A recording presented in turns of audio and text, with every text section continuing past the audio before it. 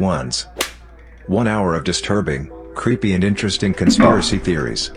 I think some memes are started by businesses as a form of free advertising. The recent Duolingo memes got me thinking more about it. Duolingo wasn't a small app at the time, but it became a lot more popular after the fact. There have been other memes revolving around a particular product or brand as well, that make me think this is happening on a strategic level beyond some kid thinking it'd be hella funny to do this or that. Marshmello doesn't actually produce his own music. My biggest piece of evidence is the creator arcade videos. He speaks and navigates Ableton like someone with only a basic knowledge of music production. He does everything number by number. Producers don't do that. You can't just instantly know that sound needs a boost of exactly 1 dB at exactly 1.2 kHz without even listening to the sound first. He randomly pauses every now and then, presumably to be fed lines. And he seems to lack even a basic understanding of music theory, recreating MIDI by randomly clicking in notes with no regard for the key of the song. Someone with the level of skill he demonstrates should not be capable of making radio quality hits. Disney released Frozen, so that it would be the top result when searching Disney Frozen, and not anything about Walt Disney's head being cryogenically frozen in the Disney theme park. Yeah? I don't know how likely that is, on either count actually. Area 51 is just a front that was allowed to become popular in the public eye, but actually has nothing of value. Not saying aliens in bases exist, just saying Area 51 is allowed to be the popular secret base thing to cover up actual secrets. I am not downplaying what the airmen at 51 do, just saying that what they do now is not likely as top secret as people are led to believe. That our phones are always recording, at least audio, to target advertising of course, but more secret agent things as well. My mother-in-law talking at dinner about how hard it is to train for a marathon now that she is over the age of 55. I get ads all over Reddit and Google that read, over 50 and a runner? Check out this random product. Within 4 hours of the conversation. I know there was a bunch of stuff about this, but I think every company denied it. Could be wrong though. Marijuana legalization is being pushed by Big Pharma. Once it's legalized, they will then push for restrictive regulations in the interest of public safety that will force shutdowns of consumer or small grow operations. Those are only allowed now to foster positive sentiment towards legalization. So then it's legal and they have a monopoly. Planned obsolescence, if it's still a conspiracy theory. Why does my phone suddenly develop unseen issues when the new one is released? It's not a coincidence. And who even asked for these tech companies to release a new phone every year? We live in a time where technology is now growing at a rather slower pace compared to the 2000s when there was rapid innovation. It's not like my current phone is getting crappier in 1 year, but wait, it is. Applies to phones, tablets, smartwatches, basically most, rather expensive, internet-connected devices receiving updates. There's a recent increase in realistic space colonization movies to garner interest in space exploration. Because some people at the top know it's needed. It's actually probably so very wealthy people can get funding and support from us average losers so they can abandon the planet as soon as possible, while we suffer all the crap that was most likely caused by them. People at the top don't give a crap about you and I. We can sit on the planet and pay for oxygen as we slowly die from cancer. They want to get off the planet. Male birth control advancements are being squashed by the pharma companies who produce the female contraceptive pill because of all the money the pill generates despite it causing so many unsavory side effects. Example, Vashalgo. A non-invasive treatment for men that mimic a vasectomy but is completely reversible. It's been around since 2010 but can't get funding. I think it's because it is a once of, maybe more than once depending on number of kids you want, treatment and reversal and not a daily dose, so it is not a constant income. Why fund something that won't give you a steady stream of money, even if it means a healthier society? I am not talking about the male contraceptive pill or spermicide gel. This is, for lack of better way to explain, an IUD type thing for men, completely different to the male pill that has made mainstream media. It was developed in India and there are online sites for them to get funding through sponsors. This is my tinfoil hat theory. It's not based on meticulous research. That Avril Lavigne died in the mid-2000s and her record label hired someone who looked like her to take over her career. Can't wait to take a hot shower. Michael Jordan didn't decide to step away from the NBA to play baseball to honor his dad or anything like that. He got caught gambling and David Stern couldn't allow the league to lose all credibility with its biggest star being suspended for betting on games. He had him take a couple years off instead of publicly punishing him. I've posted this one before, but I think that there are high-level rings of pedophiles and sexual predators specifically so that those above them can keep them under control. We know that there are kingmakers. While the big actors and musicians today are certainly talented, there are plenty of B and C-listers who could be just as big if only they had the backing of a big publisher like Disney, Paramount, etc. Thing is, making a king is expensive. You have to spend a lot of time and money getting the public to care about them before they start to pay you back, and once they're big they don't technically need you anymore. So the kingmakers are naturally going to look for people who are retainable to ensure they get their investment back. They have to. For every king they make dozens of duds. It's an expensive process. Sometimes that's as simple as them being naive. A good legal contract can lock them in for a long time, and often the only way out is to destroy your value so the kingmaker stops caring. Look at Britney Spears' meltdown for example, but if you can't get that then blackmail works just as well. I suspect that for a long time homosexuality was the go-to black mark. That's why it seemed like for so long that the big names were always having gay scandals and the like. It was easy to stage, easy to feed them their vice of choice when they were good, and not illegal, just career suicide, so it was low risk high reward. But of course the downside to making a king is that he gets a good deal of power too, and eventually public opinion shifted and it became okay to be gay. Could still destroy some careers. The teen heartthrob loses a lot of his appeal when it turns out he's more interested in his very small male fan base, but hardly enough to keep them from going solo or jumping to another label. So now they moved on to more shocking and illegal appetites.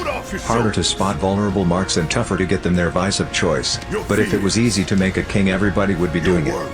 Someone who abuses women or children isn't about to cross their handler, they shut up and take their cut. After all, they're still being handsomely rewarded, just not as much as they could be making if they didn't have a publisher leeching out the lion's share of their profits. I don't think this is a huge coordinated conspiracy, mind you.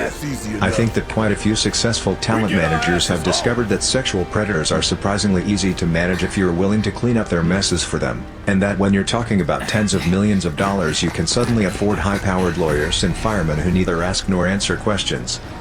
But between predators gaining power and promoting like-minded monsters, and managers seeking out predators because they're easy to keep on contract, I think it explains a bit of why there always seems to be at least a few sexual assault scandals going on in movies and music at any given time.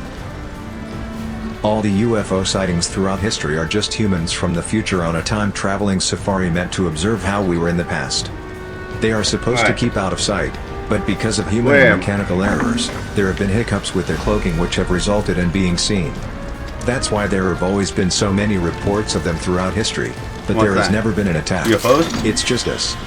Also the reason why we don't see as many examples of UFOs now even through pretty much everyone has a camera is because people are not that interested in this time period since we already document aspects of human life all the time. PETA is ran by the meat industry to delegitimize vegetarianism and cutting back on meat. Push me back. This one is more personal but I fully believe it. Long story short, my father-in-law was good friends with a guy who was pretty high up in Boeing. Like, knew some top secret kind of stuff. Well, he ended up quitting as he couldn't take the pressure. He was a very paranoid person, to the point it was a hindrance to his life. Well, a few months after he starts telling my father-in-law that he's being watched and followed and that the government is coming for him. Like I said, insanely paranoid. A few extra details that will be important. He drove a moped as his primary transportation and he was very overweight. Lo and behold, he comes up dead a month or so later. The official story is this: he was riding along when a hitchhiker waved him down. He stopped to pick him up, drove a few miles down the road to a secluded wooded area, pulled off the road, walked into the woods and shot himself. I shouldn't need to explain what's wrong here, but I will anyway. I'm supposed to believe that a guy with crippling paranoia picked up some random hitchhiker and then killed himself. Even if he wasn't paranoid, it's basically impossible for him to fit a small child on his moped with him, let alone a full-grown male adult. No information was ever released about the hitchhiker. No name, no statements to the police, nothing. The Earth is a zoo created by aliens, and UFOs are visitors. In Lilo and Stitch, they said Earth was a wildlife preserve for mosquitoes. While the aliens refer to it as a preserve for mosquitoes, at the end of the movie we're told that it was a lie made up to protect Earth from destruction. There is intelligent life out there, it's just that we're too primitive for any prominent contact with aliens. Aliens choose to not come to Earth because we are lacking in intelligence and technology, and that the conspiracy is that we know this for whatever reason but plead ignorance in suggesting there is life out there. I somewhat subscribe to this idea. Imagine if advanced alien civilizations view and treat us like we do the people of North Sentinel Island. India until recently did a yearly overflight of the island and also sends out helicopters to check up on them after major events like the tsunami, but we take a very hands-off approach since the islanders are so primitive. Who's to say some advanced alien civilization that views us as quaint isn't taking the same approach, and that the UFO sightings aren't basically to us what the Indian government helicopters are to the islanders? I really hope we are in a simulation. Every religion's heaven sounds like a real drag, but I don't want everything to just end. Ideally, one day I'll die, then just wake up in a room, go get a snack or something, then load up another life and go for another spin. Run. Repeat millions or billions of times. Oh no. Here we go. Princess Diana's death was orchestrated by Prince Charles. I just can't wrap my head around the idea that this guy has an affair with Camilla and gets caught. Divorce happens, and even during the divorce and after, she is doing absolutely the best, like just killing it, still in her duties, mom duties, the gorgeous revenge velvet dress, the entire world adores her. Then all of a sudden she dies in this car accident due to her driver? You know how many countless times she was driven by someone who was trained and hired specifically for the royal family. Then Prince Charles gets married to Camilla and all is right and well again in the public eye the world gets to see. No, I did not. I didn't realize that. Federal law enforcement bodies are working with the public and private prison industries to flood the streets with heroin and fentanyl, because they see the impending mass legalization of marijuana, and can't risk that many empty cells. A massive uptick in street opioid use in the past few years, combined with aggressive policies targeting legitimate pain patients, and cutting them off of their medications, as well as restricting doctors' abilities to treat more people with things like Suboxone. It's not big pharma. Why would they allow their most popular and abusable medications to be all but banned if they're as big and powerful as everyone thinks? It's not like they're hawking new treatment drugs, and the government is working hard to ban natural alternatives like kratom on top of it. To me, it all points to a concentrated effort to increase drug-related offenses to keep fines and court fees rolling in and cells filled after weed is legal. Amazon tracks people who buy Ring doorbells and then waits for those same people to buy another product. Then they send actors and actresses to deliver the next package. While delivering, the actors are told to do something cute or quirky, dance, smell the flowers on the porch, or pet a dog, so that the owners will hopefully see the footage and post it online to social media and give the impression that working for Amazon is actually fun and exciting. All the while getting free advertisement. Music feuds don't exist. They are created by record labels. Anybody who thinks Taylor Swift and Katy Perry were feuding are morons. It is a marketing stunt. Their record labels create these feuds to sell music. When Taylor fans think Katy does a song about her, they all buy the song to see what she is saying, then buy her album to find more songs that they think are about Taylor, and the exact same thing for Katy fans. They are given generic songs to sing that people just assume are about the other but in reality aren't about anybody. Same goes for rap feuds. A up-and-coming rapper feuds with a more successful rapper to gain popularity, just as that more successful rapper did when they were coming up. All these feuds are just to sell more music. Just sell those records. Stoned ape theory is fascinating. The possibility that our conscious thought and self-awareness was developed from monkeys eating mushrooms is so crazy but still plausible. Remember when you were a child and had a life-changing revelation on how the world works? Remember any one of the life revelations that brought you to where you are? All of your thought from that point forth was altered and now on a different path of thinking. Your reality became different and a clearing took place in your mind where you finally understood. An epiphany. This absolutely happens when you take a high enough dose of psilocybin. The theory is that primates discovered shrooms in the wild and it unlocked logic or analytical thinking in their brain, the one thing that most differentiates us. With this newfound logic came a biological shift over millions of years. It would make sense that the split happened sudden and remained divided, since humans with logic wouldn't form social bonds with primates like that. They'd stick to their species for survival and easier hunting. That the governments of this world, and other entities mentioned in these things, are double-playing the conspiracy theories and theorists, and not only through stigmas like the tinfoil hand. I believe that, for example, if there is one hugely found of these guys, or maybe even by someone like Snowden, not him specifically, but someone in his kind of position, or at least someone that won't be instantly deemed a nutjob, it's in fact a decoy. You hear about the mess-ups they can afford to let you hear about, thus keeping everything in a constant state of confusion. Are they really that stupid to have that leaked? Or are they 3 steps ahead? You can never know, and that's the way they want you to be. There's a lot of things that go smoother than silk and nothing ever truly feels like it's changing. It's like, I believe they would have the manpower, the intelligence, and the stakes high enough to pull something like this off. Run away. The art world is largely built around money laundering and tax evasion. This explains a lot of the really simplistic art pieces that sell for millions. You pay $10K for a painting, then give it to a college 3 years later. During that time, it went from $10K to $50K because F you, it's art. So you tell the IRS you donated $50K this year. And you can deduct donations from your yearly revenue and thus pay less taxes. The university plays along because they get free stuff out of the deal.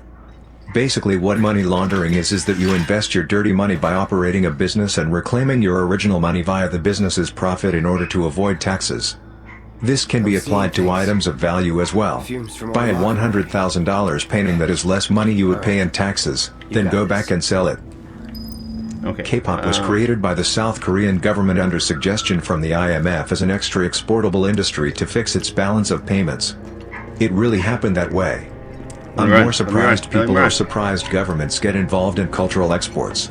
Japan had some 5-year Cool Japan thing going on. Thailand sending chefs to American to popularize Thai food. It's a way to win the game, cultural victory. You want tourism and people buying your stuff, so you do whatever works. The government is actually watching everything you do. Now that doesn't mean there is some dude sitting at a computer looking over your internet history. But the government does have tons of information about you on a server somewhere.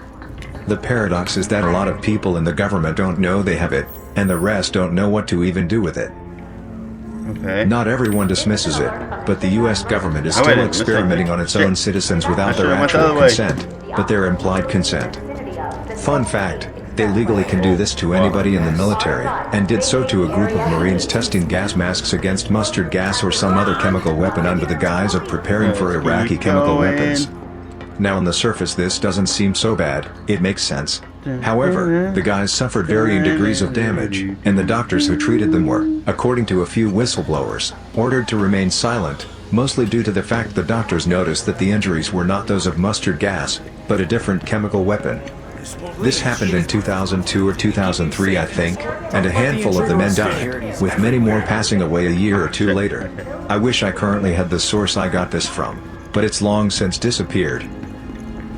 Michael Jordan's first retirement was an unofficial suspension for betting on basketball. Not to forget the other part of the theory, that James Jordan was murdered due to his son's gambling debts. Not saying I necessarily believe it, but there's that part as well. Some agencies can turn on the microphone and relay the audio of most phones, even when you turn them off, assuming you cannot remove the battery. This is why the president's phone as well as some other secure devices are supposed to have the microphones removed, and then have one plugged in when it's going to be in use. Previous presidents have begrudgingly accepted this practice. When retail employees go check in the back, they're actually just checking their social media for 5 minutes. If I tell you that we are out but you insist that I go check, I'll take a glance around and then stand around for a while, because hey, I know we're out. That's right. If I were to say that we're probably out, and offer to go look for you, then I'll definitely move boxes and check, and you'll maybe get lucky. Comes down to when we get shipments, how often something's requested, and how friendly you are about it. I heard that. Flood insurance rates are a cycle to churn properties for big banks. We're in the very beginning of the bank accumulating property phase now. It goes like this. Flood insurance is cheap. Waterfront, flood zone, property values go up. Current stage of the cycle, flood insurance rates start to creep up. They're currently going up 25% a year until they reach their true rate. Meaning, they'll keep getting risen until the banks get what they want. Starting to see this. People sell their flood zone properties because they become unaffordable.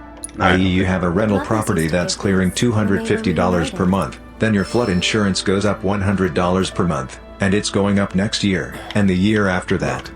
People will start selling. This hurts property values. This is where the banks clean up. Property prices drop so low that people can't afford to sell, so they have to short sell or sell for a loss, if they can sell at all, otherwise the bank forecloses. The bottom falls out of the market and prices plummet because insurance rates are too high. The banks accumulate thousands and thousands of these undervalued properties. Now, the banks have to sell these things. If only there was a way to sell these properties.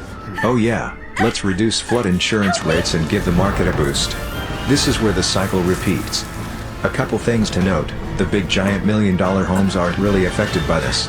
The owners are usually wealthy enough to afford the flood insurance rates, or own the house outright and don't need to carry insurance. The banks and the government are basically the same entity in this circumstance. A lot of houses in flood zones are huge neighborhoods that just happen to be low-lying, and can be miles away from waterfront. So, poor neighborhoods get hit the hardest by this. There's a cabal of very wealthy and influential psychopaths who control a good chunk of world politics. New members are introduced to, or encouraged by their own peers to partake in, pedophilia.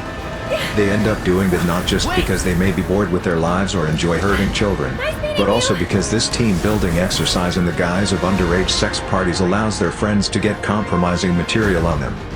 It is an initiation ritual aimed at building trust between everybody involved. If, almost, every member of the cabal has dirt on everybody else, then they surely won't let each other out. This might also explain why Epstein got disposed of despite having been placed under police custody. Most conspiracy theories, especially the crazier ones, are meant to discredit the real ones. I've heard that the military encourages UFO conspiracies surrounding Area 51, because it's a testing site for experimental aircraft, and they'd prefer the rumors that spread around Area 51 to be complete lunacy about aliens rather than credible sightings of top-secret experimental stealth bombers or whatever. But I've only really heard this as rumors, never really seen any hard proof.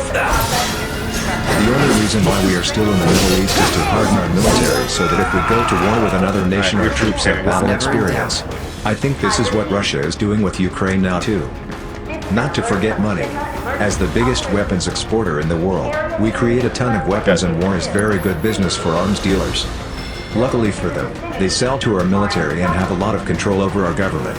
Also, having a military presence in a place with lots of oil means you can try to stabilize prices and create stronger relationships with the people who control the oil. The longer we're in war, especially ones with no end in sight and not many soldier casualties, a handful of people make a lot more money. Back in 2012 I flew back to the US via LaGuardia. As we started our descent, my husband, then my boyfriend, told me to look out the window. Loud as all hell, all I could say was holy hell, there's a drone next to us. Woman in front of us whipped her head to the side and gasped in horror. As soon as she saw it, it went sideways and flew under and away. She got all in a panic and asked a flight attendant who assured us that we probably mistook something else for a drone. This thing was huge. 10 to 15 feet long? I've never seen one before and didn't know they were that big. Guys, the lady kept pestering the flight's attendant who had to then come back after speaking to pilot to refute what we saw. She kept saying that the military does not fly their drones this close to commercial flights. No one believed us. I'm from the good old USSR, so I just got mad paranoid and kept my mouth shut. My husband would tell this story often. Friends sent articles confirming the pilot's take on things. And then around the reality winter time whistleblower releases, 2018, I ran across an article where the DoD admitted to have been doing this for ages while denying it to the public. At one point I felt like I imagined the whole thing. I mean, it was so surreal to see this drone feet away from our plane. It really shook me when it happened. I had nightmares for a while. That Disney owns an adult film industry, they just don't affiliate their names with it. I've told this to many people and look at me in horror like I just killed their child. I don't have a science source on this. This came up in a finance class years ago, and looking at it from a business perspective is not something to be amazed of. We're running out of antibiotics. Bacteria are developing resistances faster than we can produce new ones. At the current rate, we'll run out within the next 50 years. We've already exhausted the first ones we developed, like early types of penicillin. It's not all bad, though. If we rotate what we have, and invest in developing more, we can prolong the deadline indefinitely. Regardless, when your doctor tells you to take your antibiotics for the full prescribed duration, and to dispose of them safely at a pharmacy, you should listen. Source, biologist. The bachelor course on pathogenic bacteria covered this. Social media, especially Snapchat and Instagram, exist in part to make us more comfortable with events in our lives being publicly known, which in turn makes us okay with losing privacy from government surveillance. I'm not saying that was the original intent of those apps. I'm saying that in their current form they tacitly encourage people to be comfortable with being watched and having their lives recorded. The government basically encourages this because it suits them. We'll go extinct before we can ever colonize other planets. In one of Vonnegutt's books, pretty sure it was Hocus Pocus, he posits that the true point of humanity's existence is to create a strain of bacteria robust enough to survive being jettisoned into space.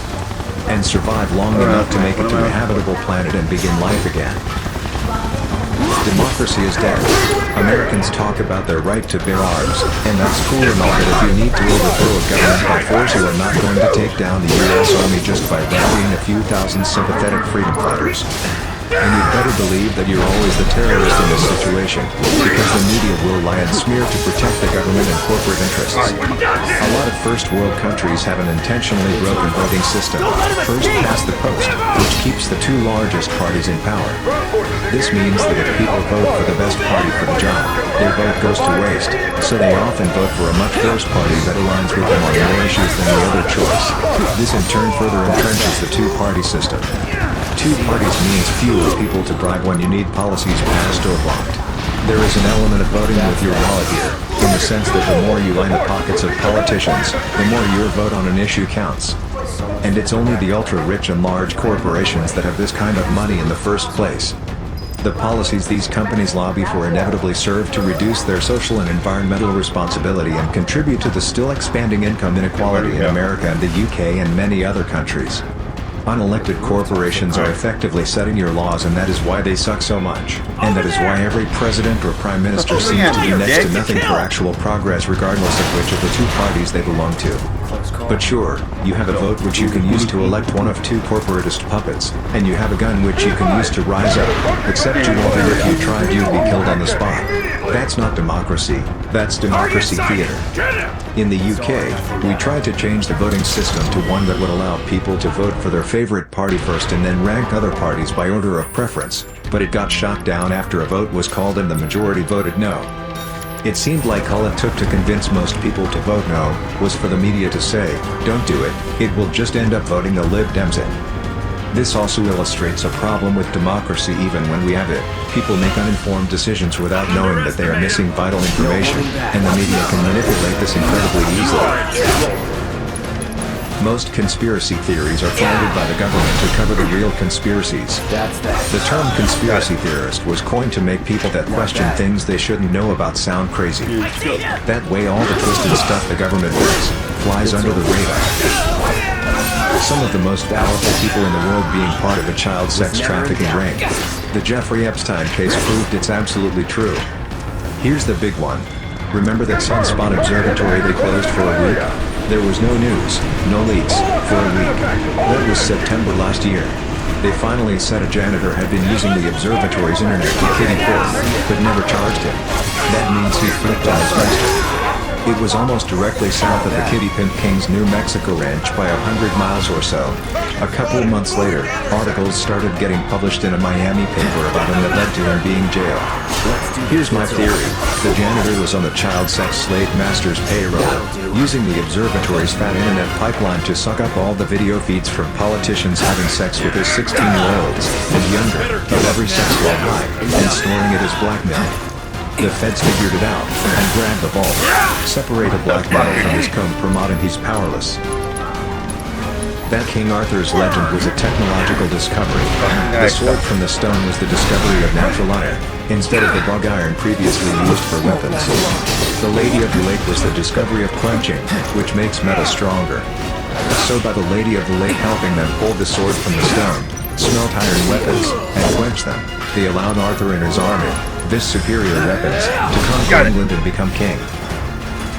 Disney named the movie Frozen, so when you Google Walt Disney and Frozen you don't get results about the old man's head. There's a similar theory with British politics at the moment, of politicians supposedly trying to hide things in search results. Like Boris Johnson painting miniature buses as a hobby, in an attempt to make that come up in Google results instead of the big red bus of lies he's associated with. He was calling himself a model of restraint, at the same time as a scandal involving the model. He was talking nonsense about a bridge from Scotland to Iowa. He was previously involved in a failed project in London called the Garden Bridge that wasted tons of money. The fact that hot dogs come in packs of 10 but buns come in packs of 8. First, you have to buy more hot dogs. Then, more buns. It's a never-ending cycle perpetuated by the hot dog/bun industry. Lack of pockets in women's pants and the purse-making industry. I always assumed it went something like this: women wanted to wear pants instead of dresses. The patriarchy finally, grudgingly, allowed it. The patriarchy paid off the fashion industry to make pockets in women's pants smaller and smaller until they literally no longer exist. Women find this frustrating. The fashion industry now adds pockets to dresses and skirts. Women, thrilled to have pockets again, want to wear dresses and skirts. The patriarchy's long term. Oh, what the fuck? I fell? Tell a woman to like her dress, 9 out of 10 times the response will be, thanks. It has pockets. Remember when they had kids fingerprinted and photographed in case they were kidnapped? That was an easy way for the government to start a database of citizens while being publicly accepted. Even Disney parks use fingerprint scans for getting those multi-day passes. Universal Studios and Six Flags use fingerprints too, and it's kinda creepy. Not to forget all of our biometric security, aka databases with detailed fingerprint and facial scans of everyone who has a smartphone. That the whole new Coke fiasco was planned by Coke to fail. Coke was losing market share to Pepsi in the 80s and the cost of sugarcane was getting high, so Coke decided to take the short-term hit of introducing new Coke to replace the original Coke and have it fail. People would beg to have classic Coke back, and the company would oblige and see a huge spike in sales. This also helped them get over the ongoing PR issue all soda companies were having with the recent switch to high fructose corn syrup. People were so happy to have old Coke back it helped ensure their market dominance. The whole thing was a take a short-term loss for long-term gain approach, and it worked. Mattress companies are mostly money launderers. And I know for a fact that loads of small diners offer money laundering. You know that diner that you always drive by, but have never stopped that happens to be in a strip mall or an extremely small building? That one. Also, car washes. The Susan G. Komen Foundation CEO is the last person who wants a cure for cancer, lest the money and influence they gain is rendered obsolete. That's why they put far more money and effort into BS awareness campaigns, pimp out pink ribbons on anything no matter how toxic, and even sue other charities for using the phrase for the cure, leaving less money for research and treatment. When Microsoft revealed the Xbox One of the features that you wouldn't be able to play with a used game on the console, you either had to buy a brand new game or an activation code for the used game. I'm convinced that it was a marketing attempt to then come out as the good guys that listened to their customers and that they decided to roll back the feature. They just didn't plan for Sony to react as fast as they did, thus appearing as an out-of-touch company. When you think about it, no competent company could have thought that it was a good idea, especially when Nintendo tried the same thing a few years prior with the 3DS and got crap for it by pretty much everyone. I have not yet been convinced that you need to make steel beams melt to make them go all boiled spaghetti noodle. It's like nobody ever watches any how-to videos on metal smithing. But I do think it's very possible that the government knew that those terrorists were planning something like 9/11 and failed to stop it because it wanted an excuse to go to war. The US government purposefully increased attention to the Toyota Prius recall because Toyota was beating GM in sales after the bailout and wanted to increase the return on bailout. If you remember, the Toyota Prius had a brake malfunction several years ago, 2013 I think, that required a recall and actually did cause some accidents. I am not disputing Toyota's actual mechanical issues. I am saying that automobile recalls happen pretty frequently and this was pretty straightforward logistically. However, this damn recall was all over everything. New outlets ran stories about it for weeks, C-SPAN had discussions regarding Toyota's liability, etc. What also happened around that time? Just the government bailing out GM and Chrysler several years before with a promise of repayment. Well, looking at when Toyota, and especially the Prius, started to surpass GM in automobile sales, it was awfully convenient for them to have problems. Those problems, coupled with constant publicity, actually hurt Toyota for a while there. I believe this was a conspiracy to hurt a foreign company because now the government had an invested interest in the success of GM. Shampoo is made to clean hair short term, but is not actually good for your hair long term, so you have to keep using it and buying it. Electronics are made to break. Oil companies suppress innovative clean power technology. As for electronics are made to break, that's not even a theory, it's an actual fact. Engineers etc. call it planned obsolescence. It's not just for electronics, but just about any every mechanical design. Cars are famous for it, which is why older models last longer. Electronics, certainly, there is a light bulb in California that has been on since 1901. So yes, everything that is made today is made to break because that means you have to consume more. It also adds to the tremendous waste and pollution of the world. If there's one thing we can change that could improve the world, it should be the policy to make and build stuff that lasts for as long as possible. We're a zoo planet. Like, our planet is a zoo and school trips from other planets zoom over here in their rocket ships to observe and then write papers about our stupid selves. When I was a kid, I always imagined that planet Earth was nothing more than a fish tank, sitting on a rickety table in some alien stoner's living room. Drunk friend bangs table, hurricane. Stoner forgets to take care of fish for a few months, drought and famines. I'm still secretly waiting for Stoner to find a girlfriend who either insists on cleaning up and taking care of the tank, or getting rid of it because it's beyond her. So many people mentioned it before, but Epstein. It was too convenient. Everybody laughed off the possibility of a big human trafficking ring run by the elite when Assange dropped the emails, right? Couple years later, Epstein gets arrested, has evidence of it, then dies? What kind of nonsense is that? One of my coworkers truly believes that Epstein isn't even dead, just a fake death so that some government branch could take him in for intensive questioning without any undue attention. I'm not really a conspiracy theory guy, but the question is often asked who benefits. The person who gained the most out of 9/11 was George Bush. He went from a joke of a president who most people considered stole the election, to being taken seriously because he is our president. Even my father, who hated the guy, got pissed off with me and corrected me when I referred to him as President Shrub a few months after the attack. I don't know if it's a conspiracy theory or not. I imagine it qualifies. I'm convinced that JFK was accidentally killed by CIA-friendly fire. Not premeditated or anything, just an oops, as a CIA agent on a different car stumbled while drawing his weapon. To me, it covers all the bases. Weird angle of the shot, the odd behavior of the CIA afterwards, even the length of time the records are sealed until they want to ensure anyone who could possibly be held responsible, especially the accidental shooter, has died. The baggy pants servant of the 90s was invented by fat, out-of-shape police officers who could not catch offenders unless they tripped over their pants. True story, cop friend worked mall security on the side. Guy in baggy pants grabs a pair $20 jeans and takes off. Friend pursues. He manages to grab the guy by the baggy pants and the dude runs right out of them.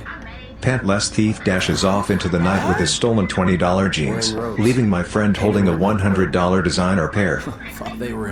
That we never sell cures to diseases and illnesses simply because it isn't profitable. It's so much more profitable to just endlessly sell treatments to the diseases and ask for money for research and development for cures that never come out to the public. The Democrats and Republicans are the same party. They split in half and take opposing sides on all issues, but intentionally just pass things to keep themselves in office and stuff that lobbies pay them to pass. All of democracy is an illusion.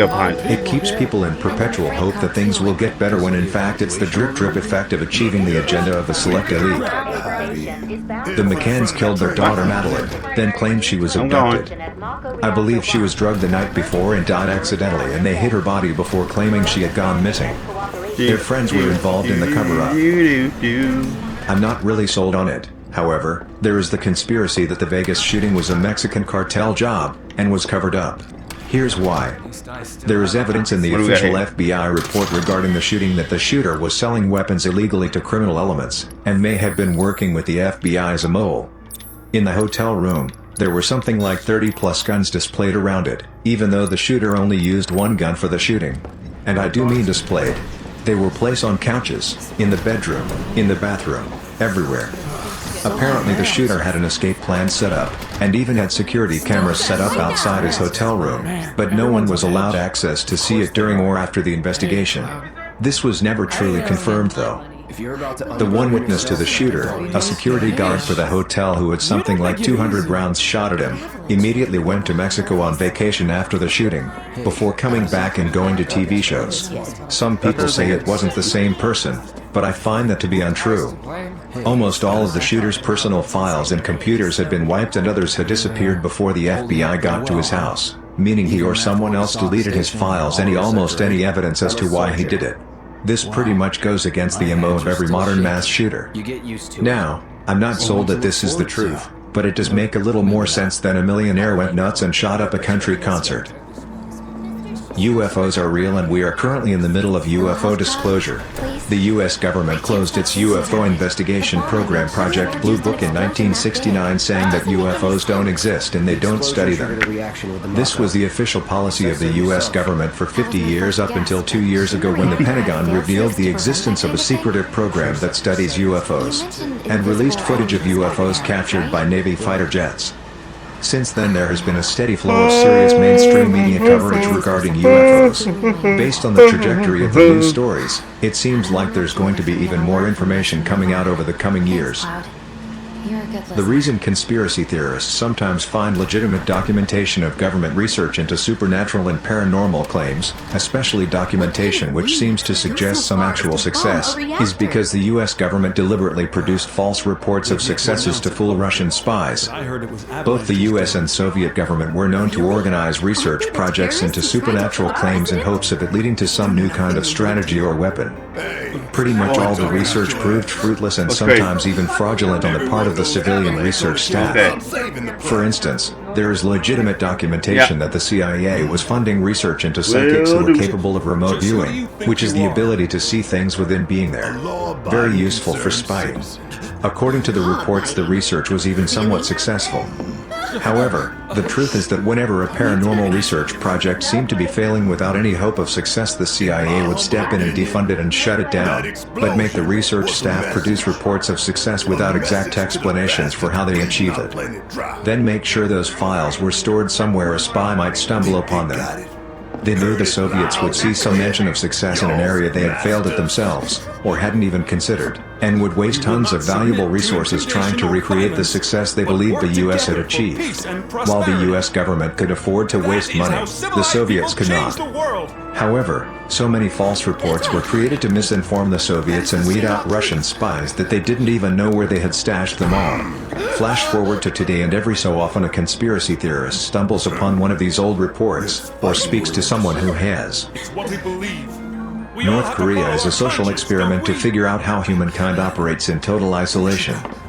Nobody knows 100% for sure how North Korea is actually run. It's believed that it's actually just a military junta, and the Kim family are just a legitimate front to keep people rallied round a common cause. And so North Korea can be marketed to the world as something other than the military dictatorship it actually is. The Kim family live in obscene luxury to keep them sweet, and they are more or less held to ransom. Hitler didn't kill himself and fled to South America. There are some good evidence to believe this, but it's also very contradictory and commercial, this theory. As Argentinian, I was told 2 times there was after World War II a very important resident in this hotel that lived hiding, and the few times we saw him he looked like Hitler. Once in Hotel Eden, in La Falda, Cordoba, also known for having paranormal activity, and situated in a neighborhood known by German-styled houses. It was a very rich, very powerful and very mysterious place in 1940s and 1950s. Now it's all about selling history and not knowing what is truth and what is exaggeration. Then in Bariloche there are some places that tells you that Hitler was hiding there. What should be known is that Argentina in 1930s and 1940s was Nazi. During the war served both sides and only declared war to Germany in 1945. So it could be real that all Nazis' families migrated to Argentina just to not be killed. Marilyn Monroe was murdered by the US government. She frequently attempted suicide and then called someone via her landline next to her bed to come save her. When she died, no traces of it were found within her stomach and her colon had been extremely cleaned. A theory is that she was murdered via enema poisoning. I haven't brushed up on it or researched in a long time, so I am probably remembering facts incorrectly. Search it up on YouTube, it's quite interesting.